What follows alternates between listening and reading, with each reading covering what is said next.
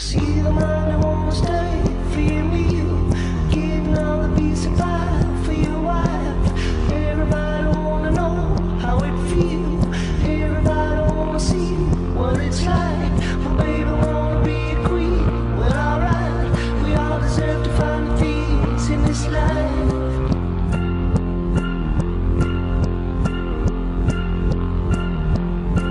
So working on a little job in the night. There's 40 hours around line. See the light. The boss is saying I look tired. I don't mind. You'll be working in a small box till you die.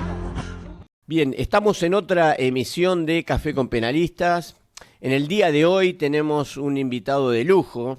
En muchas oportunidades lo invité y por razones laborales no había podido estar con nosotros.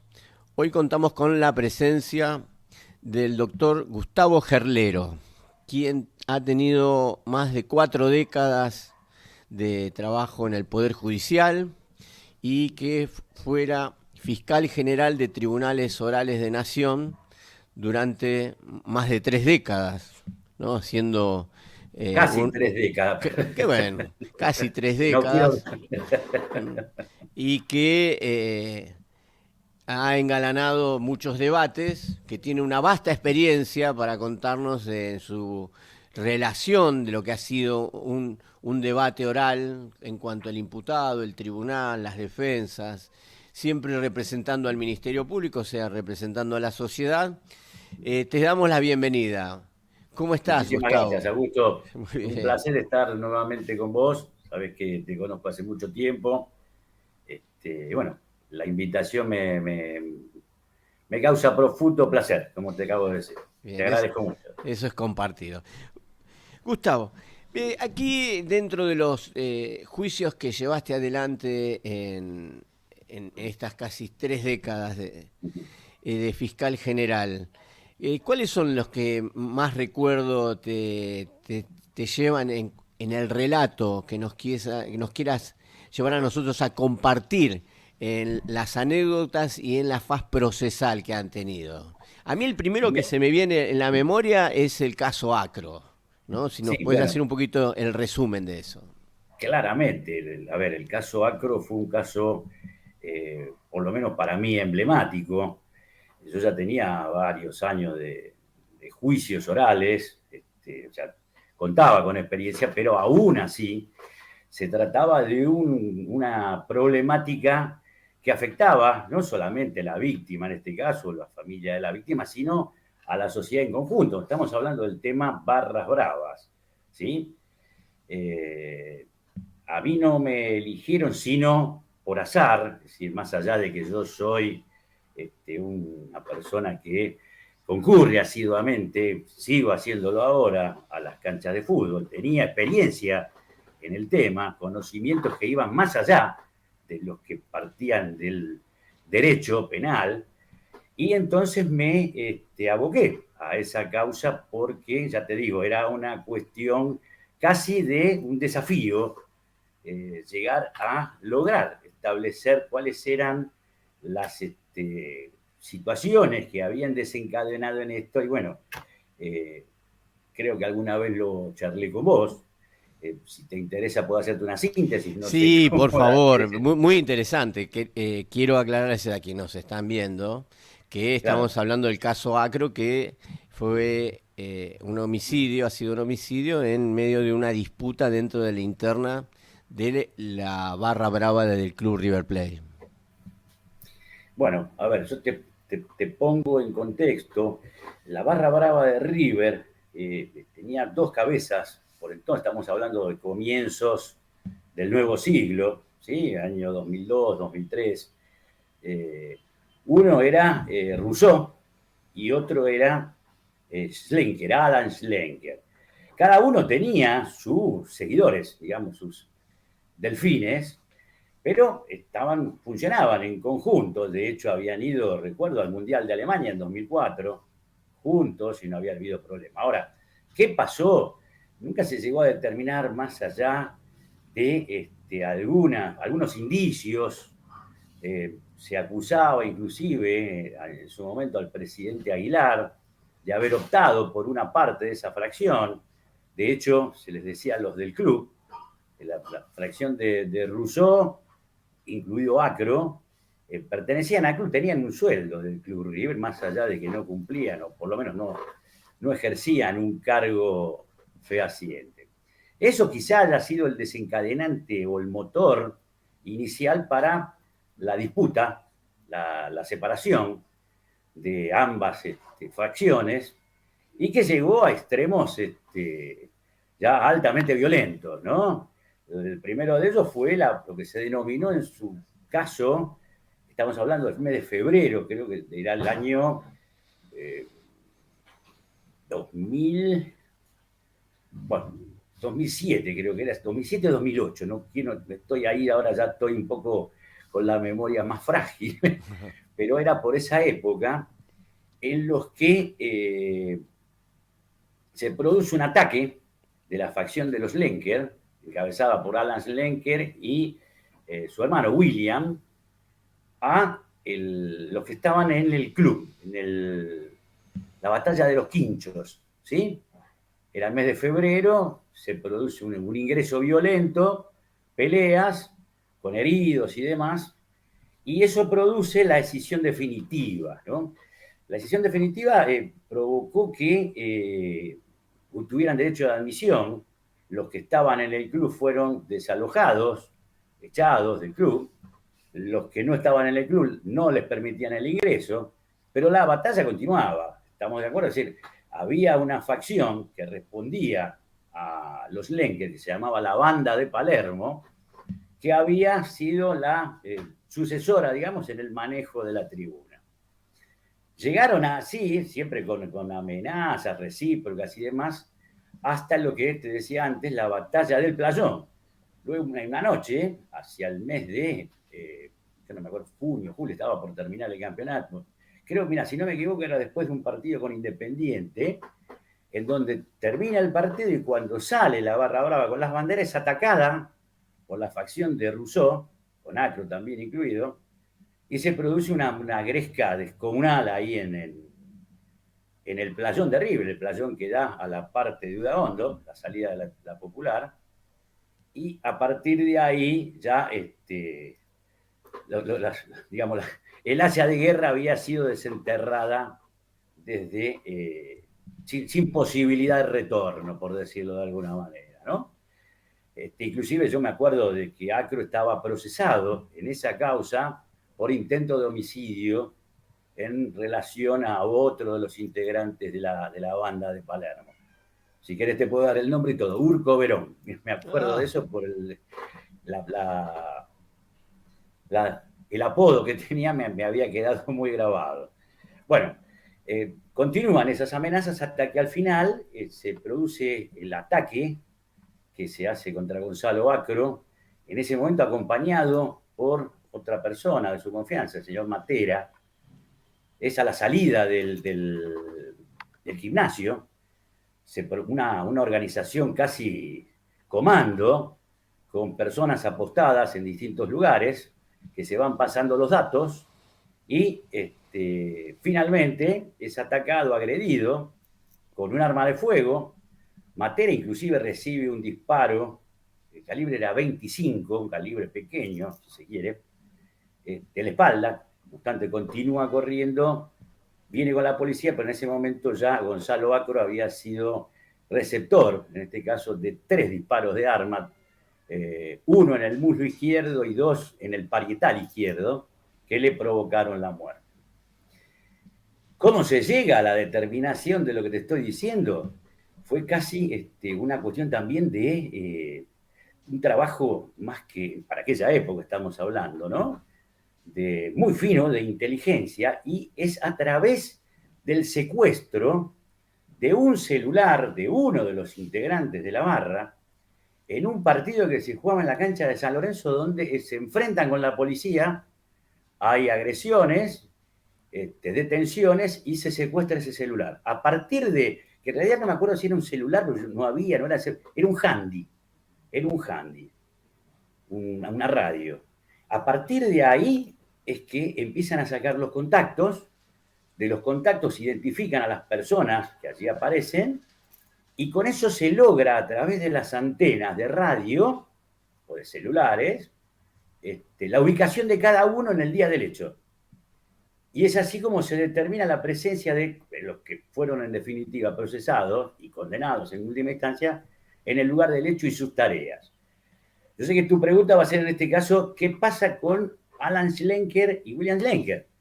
Porque no estaban en ese lugar. Claro, no estaban. Alan y William Schlenker no habían concurrido con el resto, los que realizan la acción operativa. Estaban alejados, estaban en una confitería cerca de la cancha de River, inclusive habían pasado a buscar a otro integrante de la Barra Brava, no me acuerdo el nombre ahora en este momento, e inclusive aportaron en su momento al juicio el comprobante, fíjate vos, de los gastos de consumición de esa noche, con la hora y el lugar.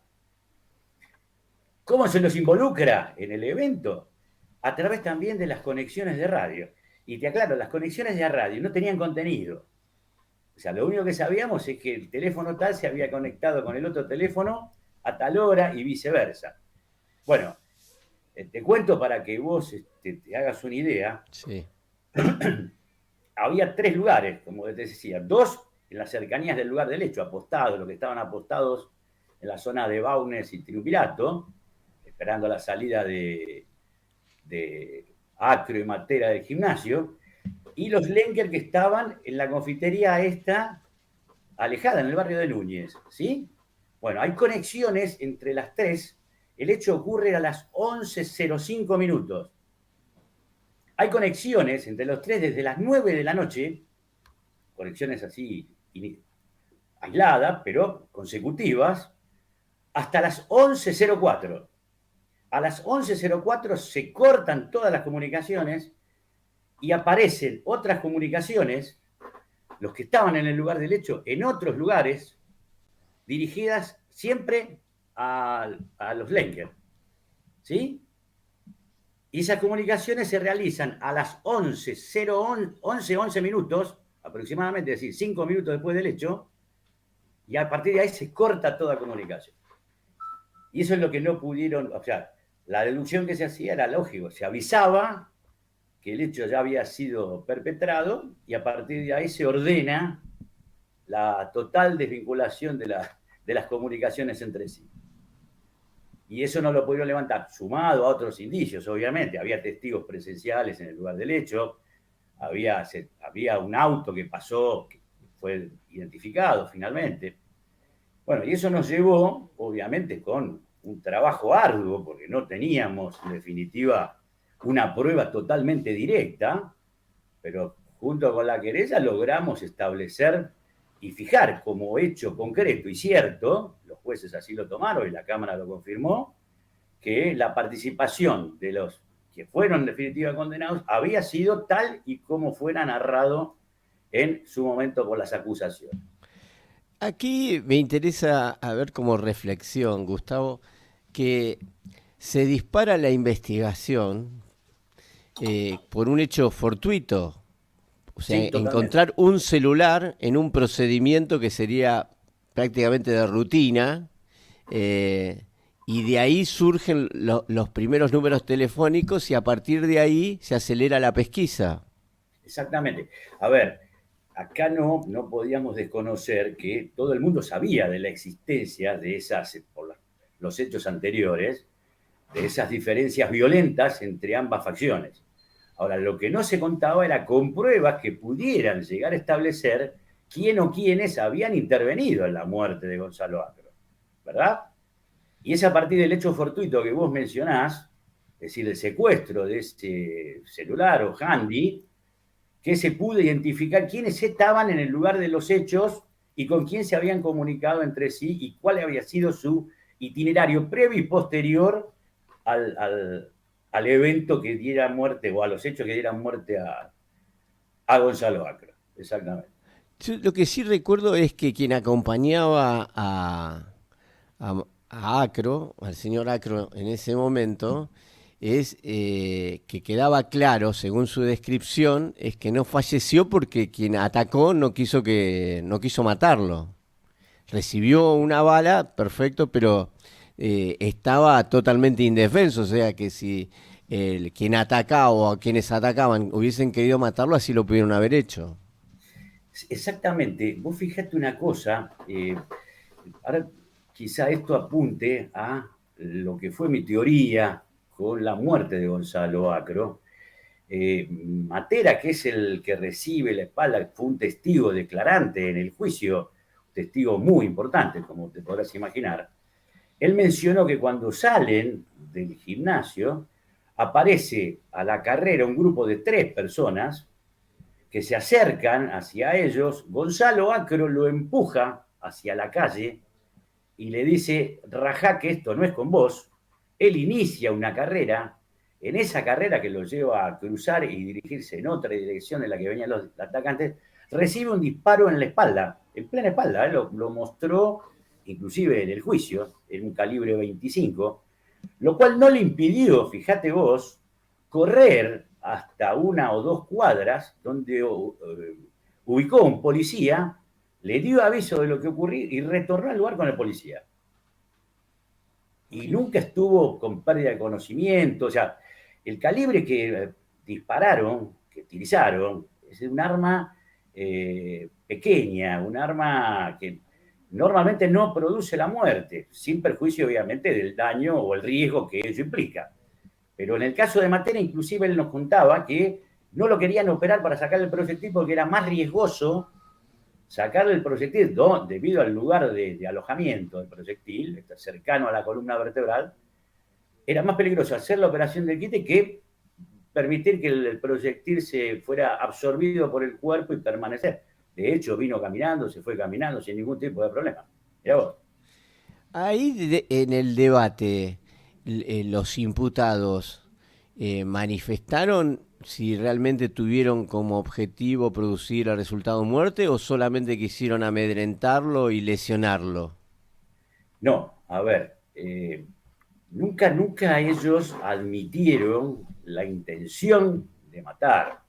Eh, en el caso se identificó a la persona que había sido el autor del disparo, el Colorado Luna era, y después que yo, esto te lo cuento, creo que en alguna vez lo charlamos, Sí, él llegó a admitir, después de que yo hice la acusación, pidió la palabra y dijo: los hechos fueron como los dijo el fiscal. eso es importante que lo resaltes, ¿no? Sí, sí, sí, sí. Quiero a quienes nos estén viendo que es muy raro que un imputado, una parte de la parte acusada, después de un alegato, de formalizada la acusación por parte del fiscal, termine reconociendo que el hecho fue según el relato del fiscal, ¿no? Lo cual es un logro de tu parte. Continúa, por Sí, a favor. ver, yo no te soy sincero, yo no lo tomo como logro porque ahí estaba en discusión la calificación. Es decir, ya aprobada la participación de cada uno en el hecho, lo que era necesario establecer era si la agravante, en este caso que proponía la querella, esto es la- el homicidio agravado por la participación de más de 3 personas, más de 2 en este caso, o la que proponía yo, que después te voy a, si querés, te analizo bien las razones. Yo dije que era un homicidio con dolo eventual. Y esto porque un dato era el de Matera.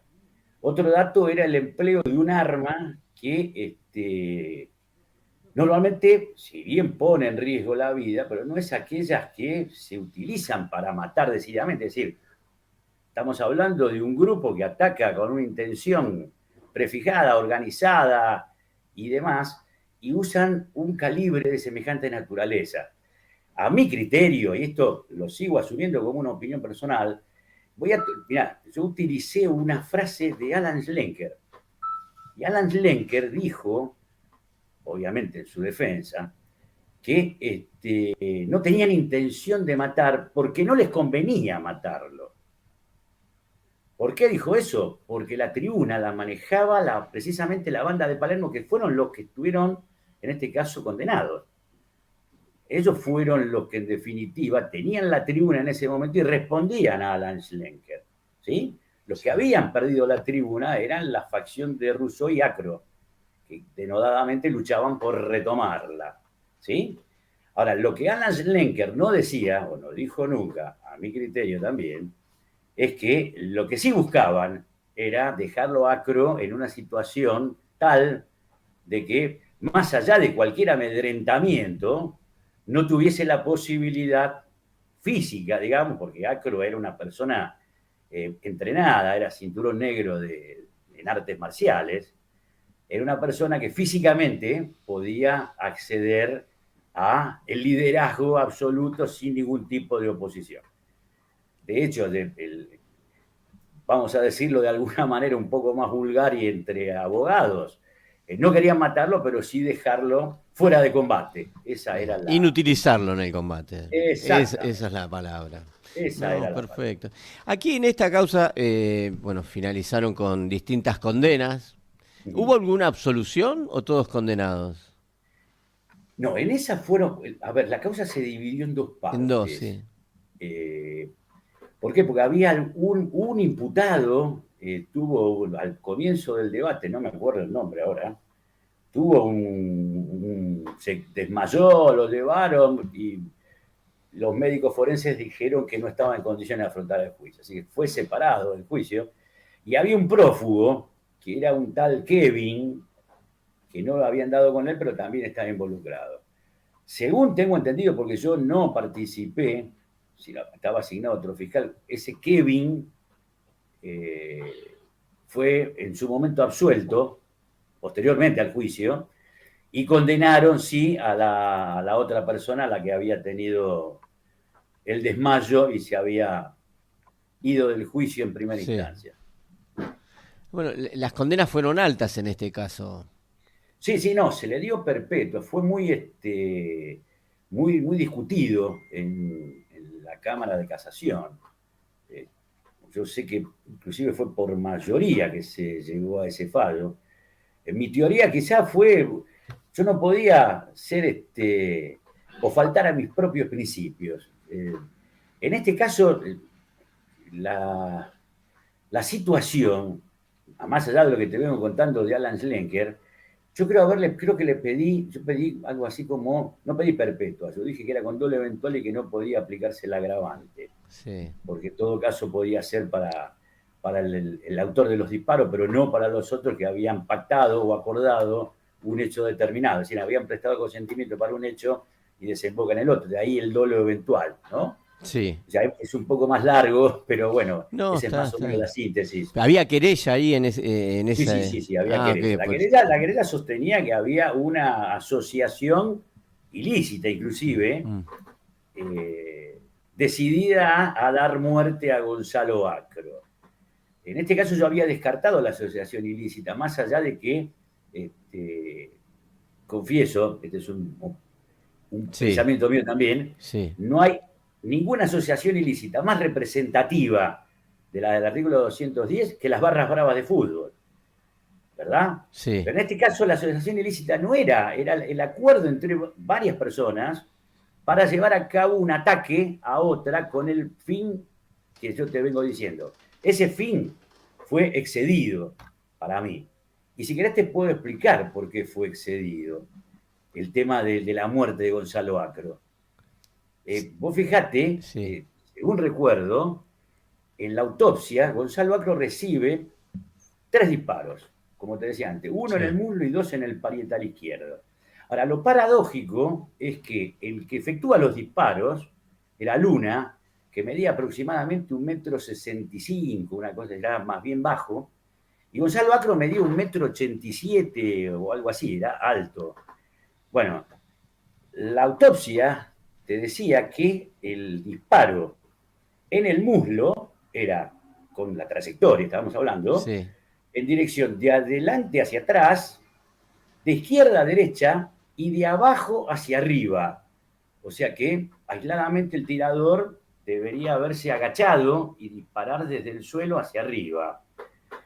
Y los dos disparos del parietal izquierdo eran la misma dirección, adelante hacia atrás, izquierda a derecha, y de arriba hacia abajo. O sea que el tirador habría hecho este movimiento y disparado de arriba. Yo me preguntaba, pero los testigos en este caso dicen haber visto una persona que, junto con otras dos más, se acercan a la carrera y disparan una ráfaga. Ellos dijeron que fueron así, disparos seguidos, pum, pum, y se dan a la fuga, para el mismo lugar donde habían venido. O sea, no tenían opción de apuntar, o sea, habían tirado, dicho vulgarmente, al bulto, y sin embargo se producen esas extrañas direcciones o trayectorias en los impactos de Bacro. Y la explicación la dio un médico forense cuando se le preguntó cómo podía ser que hubiera pasado de esa manera. Dijo, bueno, en principio puede ser salvo que se haya tirado al piso y haya tenido el tiempo de apuntar a una cosa, darse vuelta y apuntar del otro lado.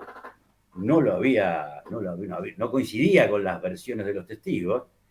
Y la otra opción que dio es la posición de combate en las artes marciales. Esto es la Y, levantando la pierna izquierda y colocando la cabeza por debajo. Ahí sí se produce el levantamiento del muslo con la rodilla, el disparo entra, siempre con la misma dirección, pero entra de arriba hacia abajo, y en la cabeza, mejor dicho, de abajo hacia arriba, perdón, y en la cabeza sí entra de arriba para abajo porque está inclinada hacia abajo. Vos fíjate esos detalles, esos datos que surgen así aisladamente y que uno estaba, yo por lo menos siempre traté de hacerlo, de unirlos, vincularlos y analizarlos a los efectos de la valoración. Por eso me llevó a mí a esa conclusión, que no fue, te insisto, no fue la que la Cámara de Casación admitió por mayoría, sino que aplicó prisión perpetua precisamente por él, por Sí. la intervención de más de 3 personas. Sí, Pero bueno, para son redondear, decisiones, como decíamos.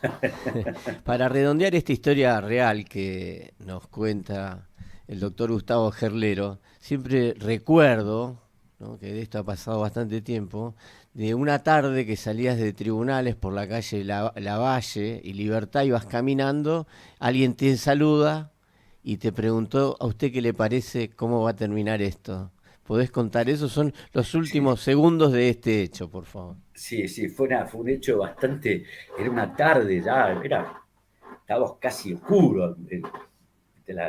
La salida de la valle, yo tenía el auto estacionado ahí sobre la valle y venía caminando, había poca gente entre los autos y siento, doctor, me doy vuelta y era William Schlenker. William Schlenker es una persona de una portentosa envergadura. Yo no había tenido trato. Yo cuando lo vi dije, bueno, veremos qué sucede. Veremos Se qué sucede. acercó muy respetuosamente. ¿Cómo le va, doctor? Me dio la mano. ¿Cómo le va, Lenker? ¿Todo bien? Y acá estábamos esperando. ¿Usted qué le parece que va a salir en casación? Mirá, eso no te puedo decir ni que sí ni que no, porque ya excede lo que yo puedo opinar. Eso ya es una decisión de la Cámara. Pensá que son 3 jueces. Bueno, le agradezco igual, doctor. Me dio la mano y se fue. Yo me quedé totalmente sorprendido. Bueno, por lo menos. Reconocé que te bajó un poco la presión en ese momento, ¿no? No, porque, a ver, no había tenido no había habido amenazas. No, se seguro amenazaban que no. entre ellos. Sí. Entre ellos sí se amenazaban. No te olvides que en este caso estaba acusado toda una facción y los testigos eran toda la otra facción. De la otra facción. Que era una eventualidad, obviamente, porque podía haber sido al inverso. Al revés, así es.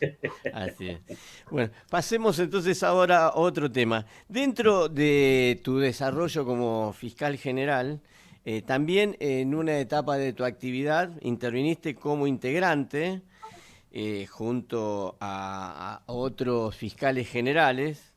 Uno era Luis Sebasco, el otro el distinguido doctor Oscar Ciruzzi, también que aspiramos en algún momento que acepte la invitación y nos cuente algunas de sus anécdotas de juicio.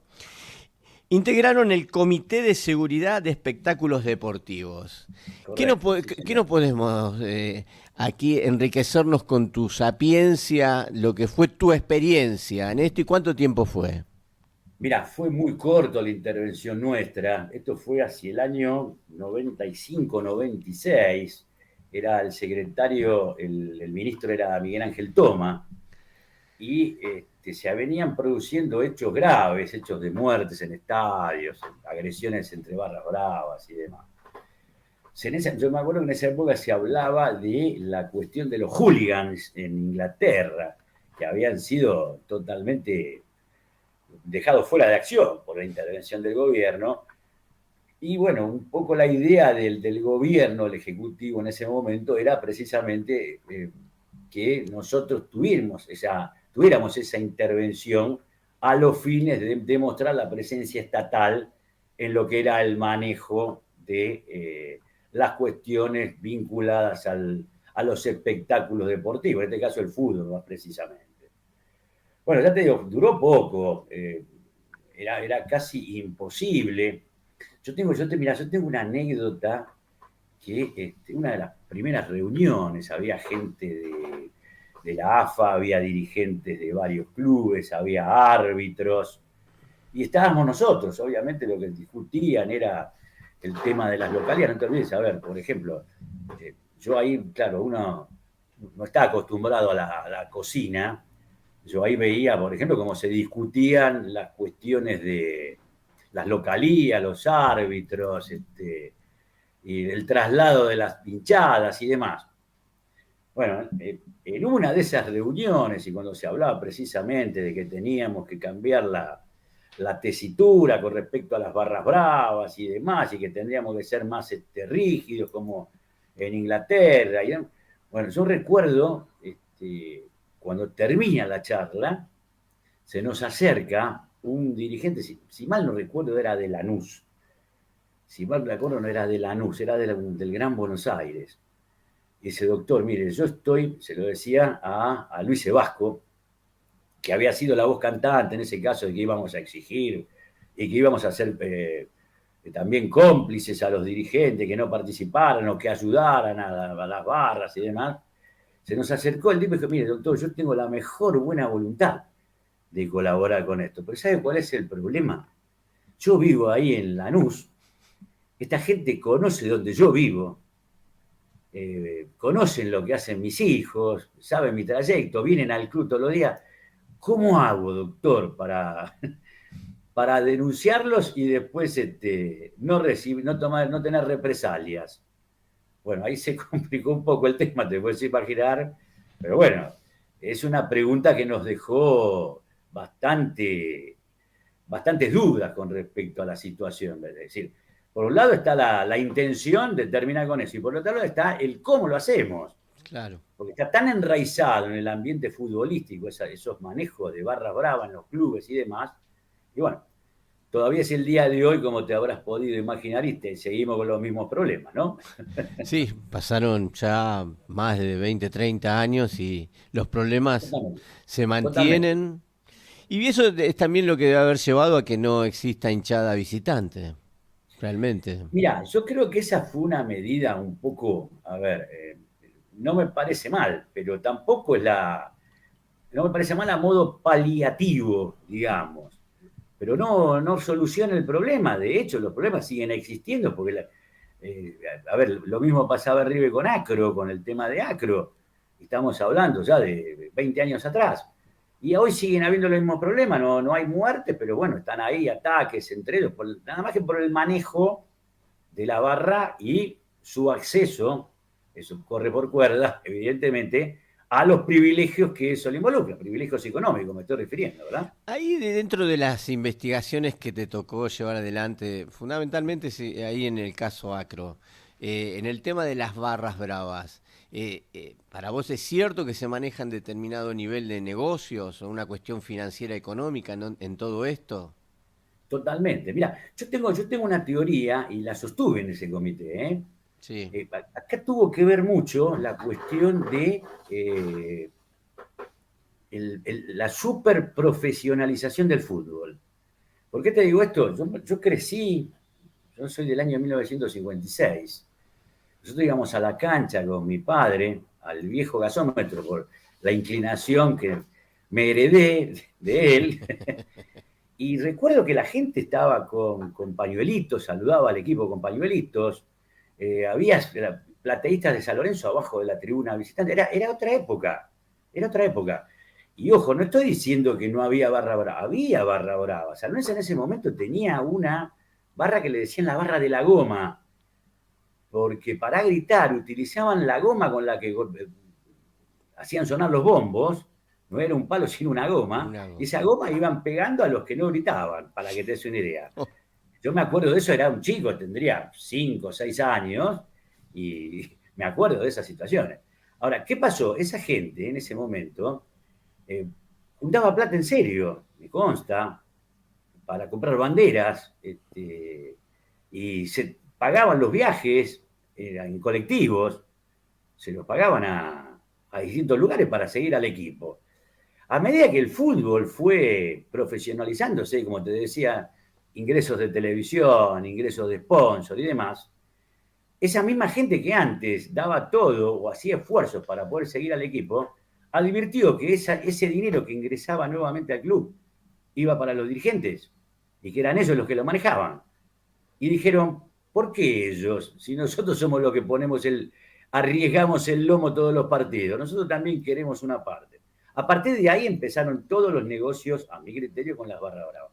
De hecho, lo sabés muy bien, lo sabemos todos, más allá de que no se hace nada. Vos vas a una cancha, un partido de fútbol y tenés los trapitos, que son obviamente los que responden a la hinchada. Tenés los negocios de Coca-Cola o de venta de alimentos, también lo maneja la hinchada.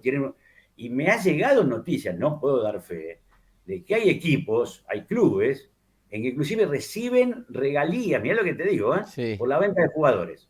Por la venta de jugadores. Por la venta así me ha llegado la información. Yo no puedo dar fe de eso, pero sí me consta lo de los trapitos, lo de la venta de ropa alusiva, digamos, ropa del club, Sí. y la venta de alimentos. De eso sí tengo información fidedigna. De los jugadores no tanto. Pero... Y para redondear el tema de los barras, ¿por qué consideras que es una asociación ilícita? Mirá, según el Código Penal, Sí. Sí. La asociación ilícita que fue introducida en la época del proceso militar, fíjate vos, para reprimir a las organizaciones ilegales, organizaciones que se denominaban subversivas, era por el solo hecho de pertenecer. Fíjate vos, esa era una palabra introducida en el Código Penal que creo aún no está vigente, por lo menos no, aún está vigente, aún no fue modificada. No fue modificada. Y además exigía delitos indeterminados. Sí. Es decir, una cosa es los que se juntan para salir a robar, es una banda, y comete robo reiterado. Ahora, el delito indeterminado es precisamente el de la barra brava. Lo he vivido. Suben a los micros y salen. Si hay que robar, roban. Si hay que romper, rompen. Si hay que dañar, dañan. Si hay que lesionar, lesionan. ¿Entendés cómo te digo? Eso se ve después que salen. Sí, realmente es muy interesante lo que decís, porque yo hace poco, este año, tuve un alegato sobre asociación ilícita en el Tribunal Oral número 12, ¿Sí? y se dio esta situación que la acusación era por asociación ilícita, y yo hice ese relato histórico que vos muy bien acotás. Quiero anticipar que no tocamos este tema, pero surgió, porque dije, la asociación ilícita surge... Se potencia, si bien históricamente ya estaba en el tema del código, pero el tema de la etapa del proceso que era constituir el delito por solo pertenecer, el tema de delitos indeterminados. Y que después emparentar eso con que se reúna determinada gente y cometer determinados delitos, eso es la banda. Pero no, coincido plenamente, esto es algo que todavía coincidimos, creo, Gustavo, que no lo tenemos resuelto socialmente, ¿no? Y esperemos que las generaciones que vengan detrás nuestro la solucionen. Bien, ahí un poco hemos redondeado el concepto o la visión del concepto de asociación ilícita. Finalmente, en los últimos minutos que nos queda de programa, que ha sido muy rico hasta el momento, hemos dado un detalle de un caso emblemático dentro del tema de las barras bravas, como ha sido el caso Acro, el homicidio Acro. Si no, nos queda por tratar el caso Bagnato, ¿no? Que es el fallecimiento de una familia, que para mí tiene como un tema muy peculiar y a destacar que el autor del hecho en su momento fue extraditado, estaba en España y decide volver como realmente con una psicosis muy particular, ¿no? Vuelve para perfeccionar su delito y después termina falleciendo en un penal, pero realmente está dentro de los casos también de mejor estudio de lo que ha sido un homicidio de todo un grupo familiar que sobrevive uno de los integrantes y que así todo por el autor del hecho, enceguecido, regresa al país para matarlo. Realmente eh, es llamativo que esto haya ocurrido así, pero esto ocurrió y nadie mejor que vos para que lo relate porque tuviste la participación en ese juicio. Si no podés dar una síntesis. Mirá, yo vamos a conectarlo con lo que vos acabas de decir. Esta persona que fue condenado a prisión perpetua, que obtuvo la libertad en España debido a que había logrado que lo extraditaran como ciudadano español que era para el cumplimiento de la pena en aquel país, pero con una certificación falsa, inclusive, porque la libertad condicional, él fue condenado en el 95 y recién en el 2015, según los parámetros de pena de aquel entonces, la persona estaba en condiciones de pedir la libertad condicional. En el 2005 obtiene la libertad, nunca supimos cómo, porque evidentemente no estaba en condiciones, y regresa al país, como acertadamente lo dijiste, para continuar con las amenazas en relación a la única persona superviviente de esa Sí, familia, Matías Bañato, así es. y eso tiene que ver con lo que alguna vez te conté. Los médicos forenses lo habían definido como psicópata. Fíjate vos, el psicópata es una personalidad que comprende y dirige las acciones sin ningún tipo de inconveniente, pero una vez fijado el objetivo, ya no distingue entre lo legal o ilegal. Solo apunta al cumplimiento de ese objetivo, que es precisamente lo que hizo. Vos fíjate que yo tuve en mi carrera, que ya te digo, fueron 44 años, un poco más, dos psicópatas, dos personas que habían sido declarados psicópatas por el cuerpo médico forense y uno era el señor Fructuoso Álvarez González.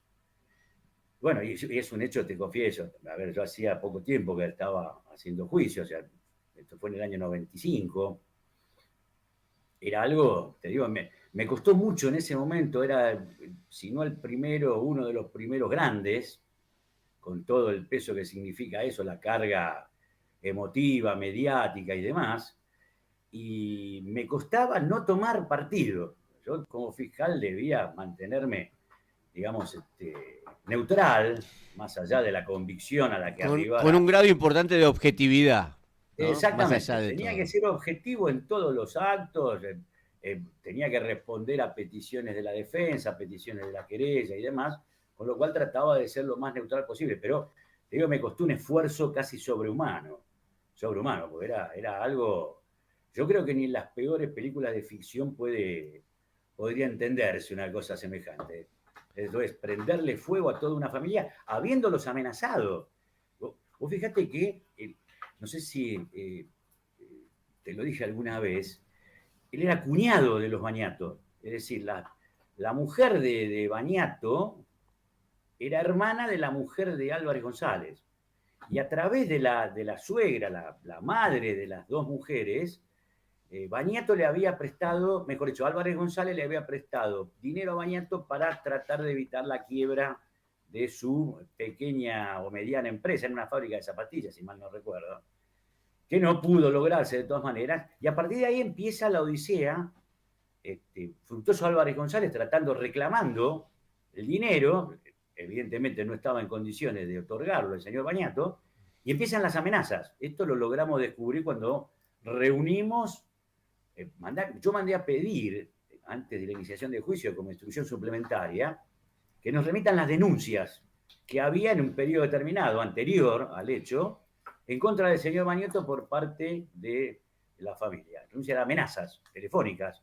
Y todas decían lo mismo: devolveme la plata porque te prendo fuego la casa con ustedes adentro. Y lo hizo. Y realmente lo hizo. Increíble. Fue una cosa increíble. Y lo doloroso del caso, vos fijate, ¿no? Cómo son cómo las circunstancias. Esa noche no estaba la suegra, que era uno de los objetivos de Álvarez González. Era el mes de febrero esto. La suegra estaba de vacaciones, la madre de las mujeres, y se había quedado a dormir un amiguito del menor de los Bañatos, chiquito de 11, 12 años, se había quedado a dormir porque habían ido a la colonia, salieron tarde, cuando la madre lo llama, dice: déjalo que se quede a dormir, total, mañana vamos juntos, yo te lo llevo a la colonia y listo. Y fue terrible, yo te puedo asegurar que fue una de las cosas que más me conmovió, escuchar a la madre contar, después de haber hablado a la noche con la señora de Bañato, escuchar por la radio a la mañana siguiente que había un incendio en esa casa donde había quedado su hijo a dormir. Yo te puedo asegurar que eso fue una conmoción, no solamente para mí, para todos los que estábamos en el juicio, fue una cosa, te digo, terrible. Pero bueno, había que superarlo. No, tremendo, la verdad, tremendo. En el debate, ¿no? Un poco para ir Sí. finalizando. En el debate, ¿hizo algún tipo de descargo el señor o guardó silencio? No, él guardaba silencio y es más, yo la impresión que tenía, él no hablaba nunca, pero tenía dos abogados jóvenes y les decía de todo. Ah, ¿sí? Sí, les decía de todo, ¿viste? Con gestos, hacían puloso, como manejando la situación, ¿viste? Pero no hablaba, él no hablaba, él no hablaba, él no hablaba. Hablaban todos los abogados de él. ¿Y ha sido entre los casos más impactantes que has tenido? Sí, claro, ya te digo, precisamente porque era uno de los primeros, no te olvides que fue un quíntuple homicidio con un intento. Bueno, Matías Bañato se salva solamente porque estaba despierto, siente olor a humo y la habitación de él daba hacia la calle. Entonces abre la ventana y sale para el lado exterior de la casa. Claro. Los demás, el hermano que estaba en la habitación de al lado, es encontrado después muerto por asfixia en la habitación de los padres, y los dos menores calcinados en la primera habitación del fondo. No, Los tremendo, más chiquitos. tremendo. Tremendo, lo que pasó es tremendo. Bueno, Gustavo, hemos cumplido ya el horario de la emisión. Te quería agradecer estos minutos, este tiempo que nos has dedicado. En lo personal, en estas 3 décadas que nos tocó litigar, para mí siempre ha sido un privilegio hacerlo contigo, tanto voy a mencionarlo a Ascar Ciruzzi, no de la vieja camada, como fiscal y general de la vieja camada, siempre fue un gusto jurídico debatir con ustedes y siempre compartiremos una anécdota que no recuerdo bien quién era el imputado, que era un tribunal que estaba el doctor Gali, una Tribunal doctora, 15. sí, después había una doctora que ahora no recuerdo el nombre, Dopico. sí, Elena Dopico. Pico Farrell, Dopico. Dopico. Dopico, ahí Elena está, Dopico. Sí, sí. Elena Dopico, ahí que tuvimos un debate que lo que siempre discutimos era el hecho, si se había producido un hecho delictuoso o no, y finalizado el alegato de cada una de las partes, terminamos hablando de cómo había sido el partido de las hinchadas de River y San Lorenzo, de San Lorenzo y de River. Y en un momento el doctor Gali viene y nos dice: no puedo entender cómo ustedes hace 3 minutos se dijeron de todo y ahora más los dos abrazados. Eso te lo quiero compartir contigo porque esto lo tomo como uno de los regalos que me ha dado la profesión en el Totalmente. arte de debatir, de la litigación, es lo que se llama la litigación oral, ¿no? Exactamente. Si vos me permitís una acotación a Con eso, todo yo gusto. te quiero significar, para mí, salvando las distancias, Sí, los juicios orales eran un gran partido de fútbol. sí, Es decir, los dos queríamos ganar, yo quería ganar, vos querías ganar, pero una vez que terminaba, o sea, siempre con el empleo de armas legales, legales entre comillas, obviamente, una vez terminado ganar el que ganare, seguíamos siendo lo que éramos antes. En el fútbol pasa eso, ¿o me equivoco, Augusto? No, seguro, seguro. Forma parte de un código de vida, desde ya, Totalmente, desde ya, totalmente. desde ya. Siempre lo mejor y espero que nos volvamos a encontrar, por lo menos antes de fin de año, para compartir mínimamente un café, de partir de fútbol, de la vida, de algo de algún hecho penal, porque nos encanta hablar de cómo resolveríamos o cómo investigaríamos. Y también agradezco en esta profesión haberte conocido. Hoy, Lo no mismo sé, digo yo, no, Augusto. Lo mismo gracias. digo yo, vos formás parte de aquellas personas que la profesión, en definitiva, me ha dado el gusto, el placer de conocer y de mantener, aún pese a haber dejado ya del cargo de fiscal, tal como lo estamos haciendo. Estoy a tu disposición para cuando gustes, ya sea para charlar de derecho, de fútbol o de lo que vos quieras. Para mí es un gran placer, como te digo. Bueno, muchas gracias. Un abrazo enorme y también a tu familia. Hoy Gracias, nos igualmente, acompañó Augusto. acá con Café con Penalistas, nos acompañó el distinguido doctor Gustavo Gerlero, quien fuera por décadas fiscal general de Tribunal Oral. Gracias, maestro. Muchas gracias. Saludos, gracias a vos. Chao, chao. See the man who won't stay.